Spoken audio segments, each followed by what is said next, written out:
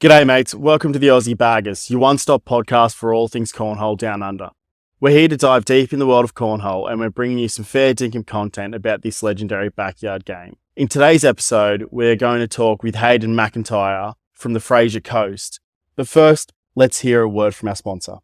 This episode of the Aussie Baggers Show is proudly brought to you by N1 Cornhole Gear, and one of the leaders in cornhole bags, boards and tournament accessories. If you want to take your game to the next level, head over to n1cornholegear.com.au and use code Aussie to save yourself 10% at checkout.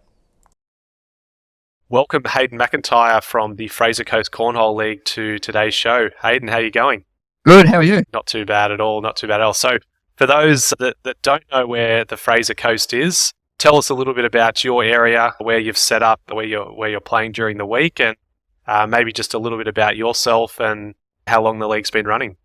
Yeah, so the Fraser Coast is pretty much about 3 hours north of Brisbane. Everyone knows it where Fraser Island is.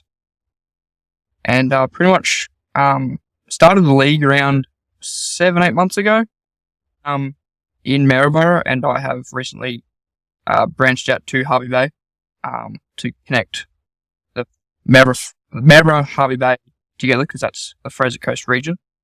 And yeah, so just trying to kick off Harvey Bay as well. Within that, so I pretty much mainly do Maryborough at the moment, so Sunday and Monday nights. And yeah, we're just kicking off pretty good. And so which venue are you using for your Sunday and what was it, the Tuesday night? We're using the Maryborough Sports Club at That's the moment for the Sunday, Monday for our league nights. And yeah, so they are incredible. They've been there from when we first started. Our first night's getting not many people, and now we're pushing 20 to 25 people a night. Yeah, we've obviously seen, on social media, on the Fraser Coast Cornhole page, as well as I think it was one of the news, 7 News or something like that, that you guys are really getting good numbers and it seems like a good atmosphere there. How are you really generating that interest amongst all your, all the players there, and what's keeping them sort of going? Pretty much the atmosphere is the key. We have some of our players bring in the atmosphere, like walking into the pub, the restaurant, as soon as you walk in, it just feels great. Like everyone's supporting everyone. As I tell new players we come in, it's a sport that it's not like it's competitive, but it's also a social thing too. So like you can play with your mate one-on-one or in doubles, and then straight after have a beer and laugh. Like that's one thing that I encourage new players when they come, because we've had a few players that come and not really they just like their social aspect is pretty not there, but once they start playing, they get used to everything, used to everyone cheering each other on, and it brings them back. And that's one thing that we strive for is the social aspect. And I'm not sure if it's, cornhole is a sport that attracts those kind of people, but I'd say that, definitely at the Illawarra Cornhole League, and I've been to the Western Sydney League, Western Sydney League. Yep. They're the type of people that seem to go there. Everyone's just super happy to teach people. Apart from finals night, there's probably not too much stress about how you go, if you win or you lose. It's just about going there, having fun and having a beer. And it's nice to know that, look, we're all in Australia, but it's nice to know that up in, as far up north as you are compared to us, yep, it's still that same sort of, attitude and personality. It's really positive for the game. Yeah, absolutely. You obviously do a job at promoting your league, and perhaps you'll give maybe some other aspiring leagues, and even myself, I've got some room to improve when it comes to promoting the league. Yeah, I watched you on a live stream, and every time someone would hit a good shot or there was a four-bagger, you'd hear the club erupt as if there was 2,000 people there.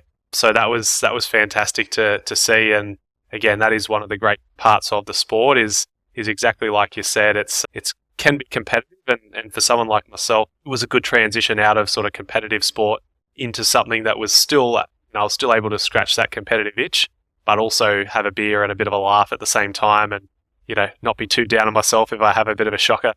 that night. So tell us a bit about, some of the things that you sort of did to get the numbers from, 1 or 2, 3, 4 players a week up to sort of consistently 20 to 30 people. One thing that I have started, as you probably know, the Facebook Live. I do a lot of that now too, because I've been to a few events on the Fraser Coast that actually reached out to me to be involved in. So over the weekend, you've probably seen it on my Facebook, I've done a Global Beats in Harvey Bay.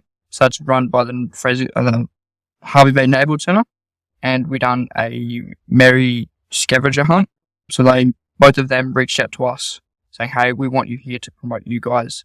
But before pretty much all this happened, I pretty much started just advertising on Facebook groups on the Fraser Coast. Got into the newspaper a few times just to push it out there as well. And I'm also in aged care homes as well.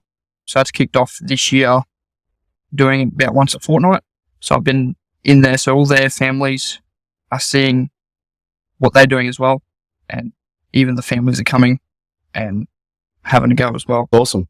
So what got you thinking about the aged care? Because that's obviously, when you stop and think about it, it's actually I guess a really good fit, because as we know, one of the draw cards of the sport is that pretty much anyone can play. It doesn't matter how young or old you are. So tell us about where that introduction to the aged care came in, and what's been the feedback from the time you spent doing that. Yeah, so we had a few elderly come to the pub and said, oh, this is great to take it to aged care homes. And I actually was scrolling on Facebook one day, and one of the clubs in Australia, I can't remember which one it was, went to an aged care home. I said, that would be perfect. So we had one built very new, and it was very popular. So I thought, beauty, that would be perfect for me to start. So I started just before Christmas, just to see how they're going to, how it feel and all that. And then I come back on the 14th, the 14th, just the Thursday before our big tournament. And it was great. Even some of the residents there say, hey, can we have this a weekly thing? This is fantastic.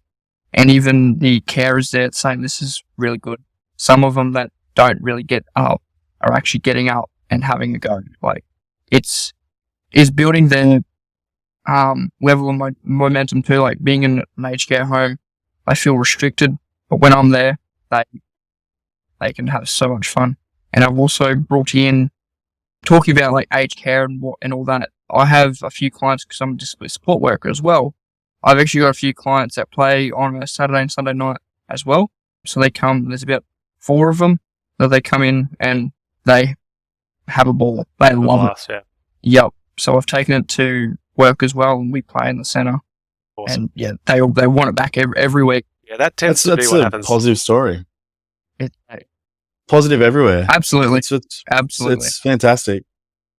And so I guess take a step back, and Liam, we all got a chance to catch up in person for the first time at the Tweedheads ACL Australia Open, which was pretty eventful and I guess a big step forward for the sport here in Australia. And what were some of your memorable moments, or was there anything that you look back on and say, oh, that was, that stood out to me, or that's going to live with me forever? What stood out to you, and what did you take out of that event? Pretty much the broadcasting caught one, because watching on YouTube and for so long, and then being there, go, wow, this is what's on TV, and I'm standing on it. Seeing Tony Smith and Mark Richards just casually walking past, and pretty surreal. Yep. So when we walked in on the Friday afternoon, I saw their posters up there. So that's top 1 and 2. And next minute they walk in, I thought, wait, what? That was crazy. Yeah, I was in my element. It was great. The whole weekend was perfect. Coming back to the league night, I think we come back on the Sunday. So I played Cornhole Sunday and then went back home and played Sunday night. Yeah, right. So there was no, I think I was asleep by then. So I think I calculated it was around 6 hours of Cornhole that whole weekend. Yeah, it was huge. Wow. And I needed 2 days just to handle myself.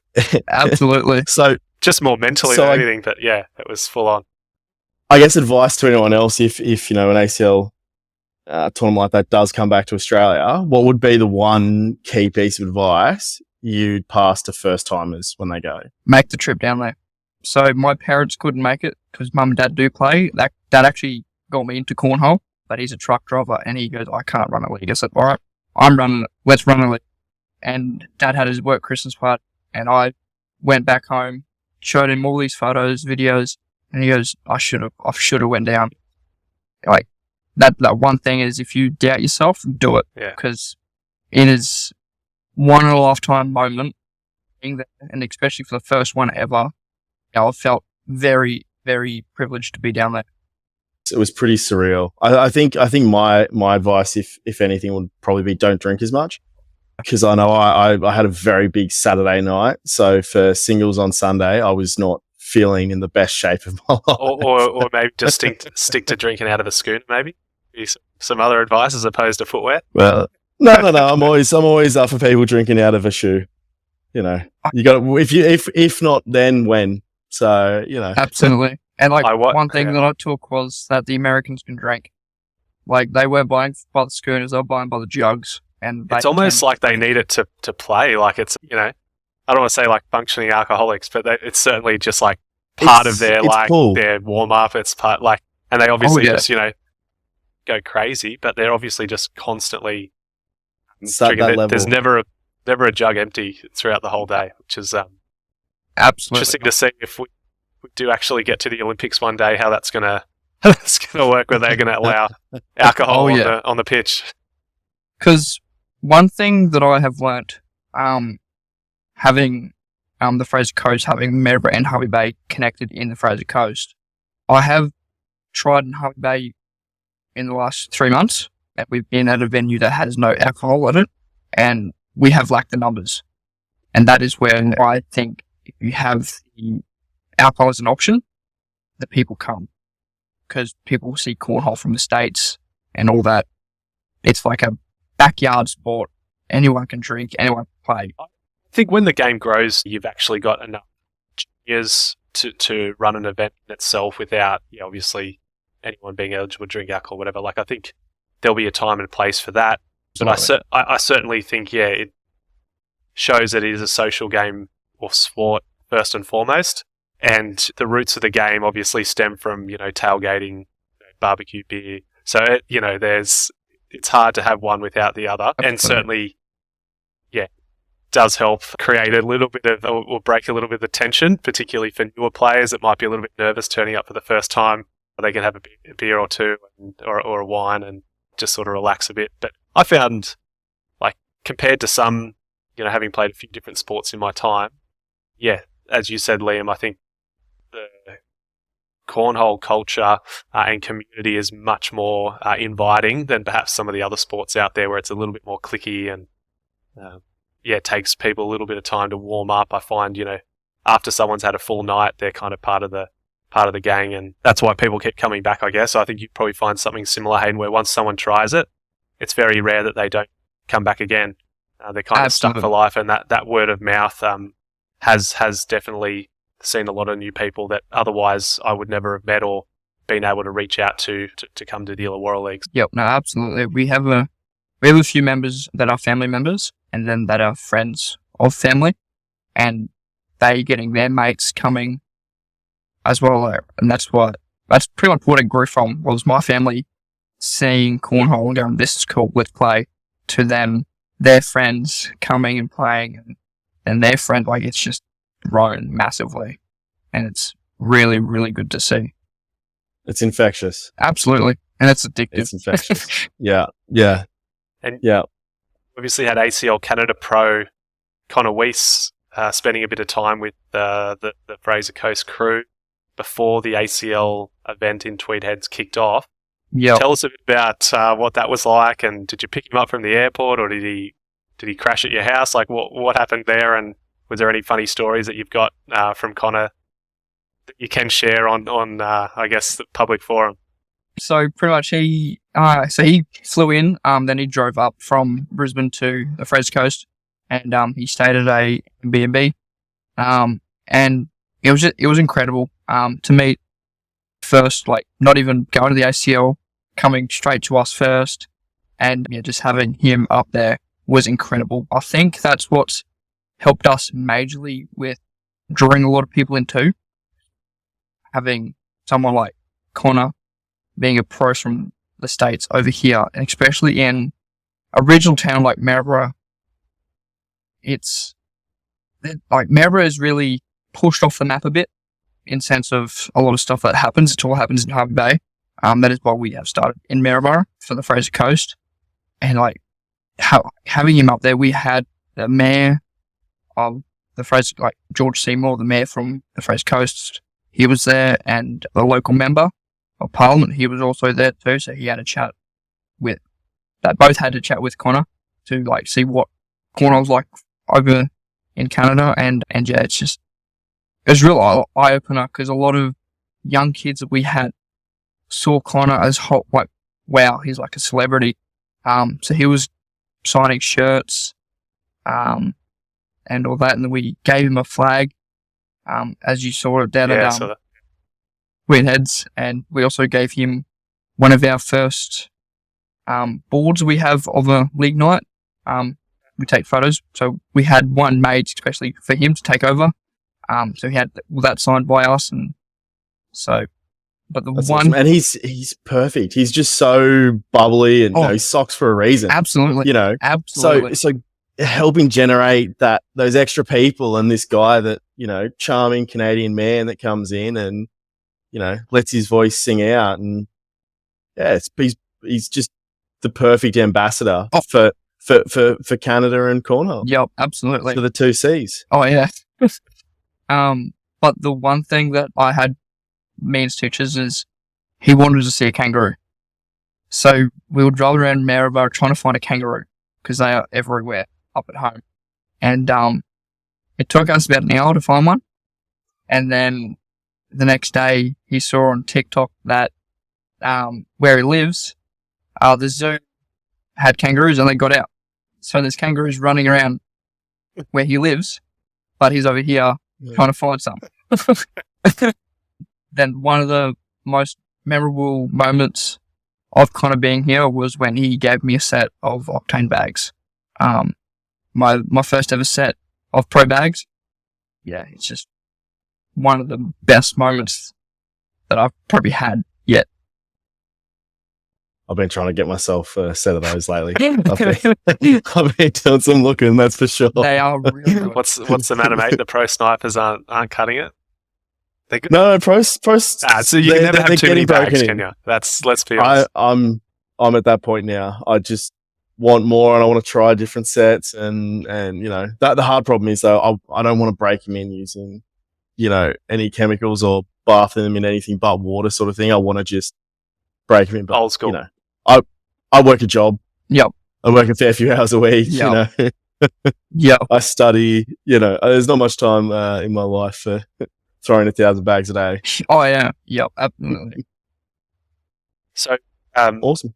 Hayden, tell us a little bit about Hervey Bay. Where are you at with that? Are you going to set up on a different night, a different, obviously, venue? What's happening? So, what can you tell us about that? With Harvey Bay, I had a chat with one of the bowls clubs there, the Urangan Bowls Club. They have pretty much a similar venue to Moreton Bay at Pine Rivers there, so they got 2 greens that are fully covered. Yeah. And when I first reached out to them, they were a bit unsure, because the oldies like to be firm and only have long bowls. Yep. But when I showed them photos from Tweedheads, because they know Tweedheads and Pine Rivers. Perfect. When I showed them photos and what it could potentially bring, they said, we want you on board. So we're trying that on the 12th of April on a Friday. So we're going to try, see how we go with numbers. So promoting it as normal, probably on the newspaper, trying to get as much publicity as we can just to get it out there. Because one thing that I want is to have Maryborough and Harvey Bay versus each other. Yeah. Potentially in the near future, if you get enough people. So have Fraser Coast and then have the 2 cities pretty much go head to head. Inner West, I'm coming for you tomorrow night. We've got something similar cooking down here in New South Wales. So Yep. yeah, the Illawarra Cornhole League is in the off season at the moment. So we'll kick off season 7. I think it's next Thursday. But the Inner Western Sydney Cornhole League are running tomorrow night. So yeah, a few of us can try and make our way up there and see if we can take the title back. They visited us down in Illawarra a few weeks back. Yep. And ran a little mini intra-club tournament, which they beat us. So we're keen to get the title back. But there is some beat is a stretch. All right, and I'm going to say beat is a stretch because I brought one of my friends along. Yep. He decided that he was going to be an Illawarra Cornhole man and put himself into play in the matches. So I'm calling bullshit. He shouldn't have been in there in the first place. Yeah. he was a ring-in. He was an absolute ring-in, and I'm definitely going to send him recordings of this just to double down just on to it. make sure he that remembers. does not count as official because Yep. it didn't even have to be me. It could have been anyone else that was a consistent Illawarra man. But Brendan Sutton, you were not. And now it's invalid. Nice. So Hayden, you've also had some success running one-off tournaments. So tell us a little bit about why you decided to run that, and yeah, did it work as you'd planned? Is there anything you'd change for your next sort of bigger one-off tournament? Yep. Talk us through that. So pretty much, we had our grand opening from when Connor was over here. And the start of that tournament to get organised was actually our MP, Bruce Saunders. He said he'd come to us and he goes, I want you to run tournament. I will sponsor the prize money. I want you to run it between January and February, and I want you to run a league, a tournament. I thought, okay, I'll do it. And so yeah, we did find it hard to find a venue to start with, because where we are at the Maryborough Sport Club, we can only set up 2 boards just because of space. And I wanted at least 4 to 5, 4 to 6, just with numbers, depends on how many we get, to be able to have everyone playing. It does take too long. So we found the Maryborough, they just changed their name, the Maryborough Memorial Services Club. I think that's what it's called now. It used to be the RSL. And so we had their function room upstairs, and so we thought the roof was my worry.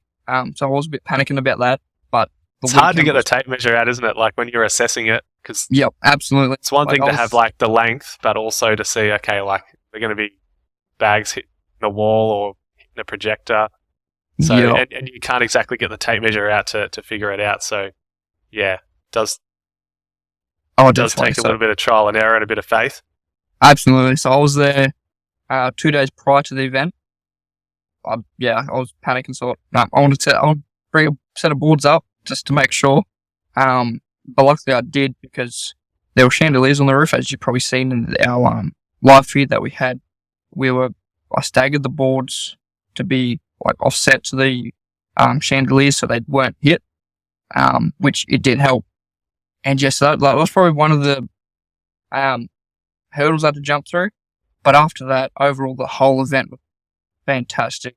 I saw how the Americans had the trophies. Look, I want these. So I had them made. Infinity Printing designed our image on the board, and me being good with tools, I had the boards sanded with the hole on them from one of our other members in our club too. He also helped us. Actually, the vice president helped me with all that. So yeah, he had all the tools there, so we didn't have to outsource to someone and try and make them have money.